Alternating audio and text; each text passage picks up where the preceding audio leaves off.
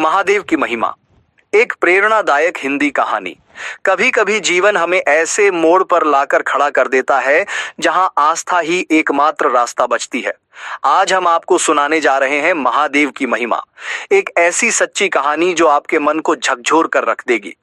हिमालय की गोद में बसा एक गांव कैलाशपुर, जहां कभी हर गली में हर हर महादेव की गूंज सुनाई देती थी, आज वहां सन्नाटा था।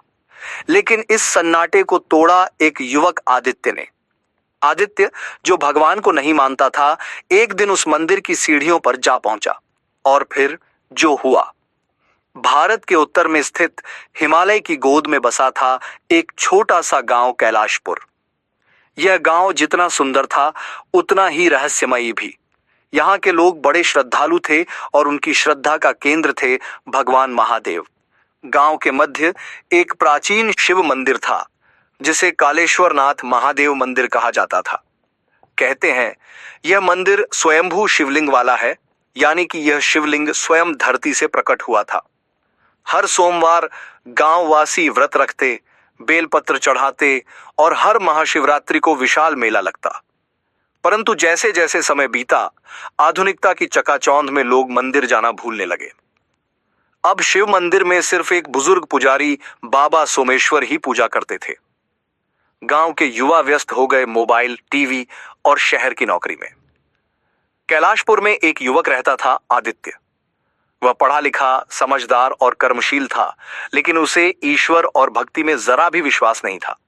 उसे लगता था कि पूजा पाठ केवल बुजुर्गों की सोच है। वह अक्सर कहता, अगर भगवान होते तो दुनिया में इतना दुख क्यों होता। एक दिन आदित्य की मां गंभीर रूप से बीमार हो गई। डॉक्टरों ने हाथ खड़े कर दिए, सारी दौलत खर्च हो गई, पर कोई इलाज काम ना आया। एक दिन जब आदित्य दुख में डूबा बैठा था, तो गांव की एक बुजुर्ग दादी ने कहा, बेटा, महादेव से विनती कर, वे करुणा के सागर हैं, एक बार सच्चे मन से उन्हें पुकार कर तो देख। आदित्य ने अनमने मन से मंदिर जाने का फैसला किया। पहली बार वह कालेश्वर नाथ मंदिर की सीढ़ियां चढ़ा। बाबा सोमेश्वर ने उसे देखा और मुस्कुराते हुए बोले, बोल भोलेनाथ की जय, क्या मांगा है महादेव से। आदित्य की आंखों में आंसू थे। वह बोला, अगर आप वाकई हैं तो मेरी मां को ठीक कर दो। मैं हर सोमवार व्रत रखूंगा, सेवा करूंगा, बस मेरी मां को बचा लीजिए। यह कहते हुए वह शिवलिंग के सामने गिर पड़ा। उसी रात आदित्य ने एक सपना देखा। एक दिव्य पुरुष हिमशिखरों के बीच खड़े थे। गंगा उनकी जटाओं से बह रही थी, त्रिशूल उनके हाथ में था और नेत्रों में अपार करुणा।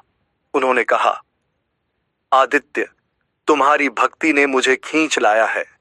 चिंता मत कर, तुम्हारी मां स्वस्थ हो जाएंगी, लेकिन यह केवल शुरुआत है। अब तुम्हारा जीवन मेरे कार्य के लिए समर्पित होगा। सुबह होते ही आदित्य चौंक गया। उसकी मां पूरी तरह स्वस्थ थी। डॉक्टर भी हैरान थे। पूरा गांव यह चमत्कार सुनकर मंदिर की ओर दौड़ पड़ा। अब आदित्य पूरी तरह बदल चुका था। वह हर सुबह मंदिर जाता, बाबा सोमेश्वर की सेवा करता और मंदिर की साफ सफाई, फूलों की व्यवस्था, भजन कीर्तन में लग गया। उसने युवाओं को एकत्र किया और गांव में शिव की महिमा का प्रचार शुरू किया। एक दिन ध्यान में बैठे आदित्य को फिर महादेव का आदेश मिला, आदित्य, इस गांव के बाहर जो सूखा पड़ा है वह मानव की अधर्म और प्रकृति के अपमान का फल है। जल संकट, रोग, अकाल सब मनुष्य की करनी का परिणाम है। लेकिन अगर लोग पुनः धर्म और प्रकृति से जुड़ें तो सब ठीक हो सकता है। आदित्य ने यह संदेश पूरे गांव में फैलाया। उसने वृक्षारोपण अभियान चलाया, लोगों को गौसेवा, नदियों की सफाई और सादा जीवन अपनाने को कहा। धीरे धीरे गांव हरियाली से भरने लगा, पानी के स्रोत वापस लौटे और सुख शांति का माहौल बनने लगा। कुछ वर्षों बाद बाबा सोमेश्वर वृद्ध होकर बीमार पड़ गए। उन्होंने आदित्य से कहा, बेटा, अब मेरी सेवा का समय पूरा हुआ।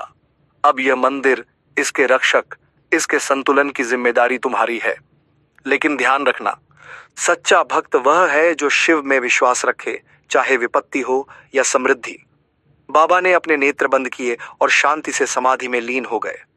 उसी रात एक प्रलयंकारी तूफान आया। आकाश बिजली से गूंज उठा और मंदिर की चोटी पर आकाशीय बिजली गिरी। लोग घबरा गए, लेकिन जब सुबह हुई तो देखा मंदिर ज्यों का त्यों खड़ा था और शिवलिंग पर बिजली के जलने का कोई चिन्ह तक नहीं था। लोगों ने इसे महादेव की महिमा कहा और आदित्य को गांव का रक्षक संत माना। अब कैलाशपुर एक आदर्श गांव बन चुका था, पर्यावरण संरक्षित, भक्तिभाव से परिपूर्ण और सुखी। हर वर्ष महाशिवरात्रि पर हजारों लोग दर्शन को आने लगे। आदित्य आज भी मंदिर में रहता है, लेकिन अब वह एक महापुरुष बन चुका है। लोग कहते हैं जहां शिव की सच्ची भक्ति होती है वहां असंभव भी संभव हो जाता है। शिक्षा।